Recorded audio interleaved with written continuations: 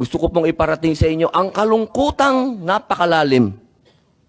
Sapagkat sama-sama po tayong lumaban. Gusto po natin ng law and order sa ating bansa. Pero pagdating po sa kaduluduluhan, alam niyo po, General Torre, congratulations, nakadalawang medalya na po kayo.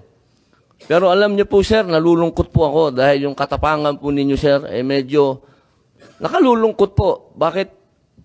Napakatanda na po ni former President, sir. Ako naman po, tagahanga ninyo sa pagkamatapang ninyo, sir, pero napakatanda na po ni former President. At alam naman po natin, sir, na lumaban yan sa komunista. Alam niyo yan, sir.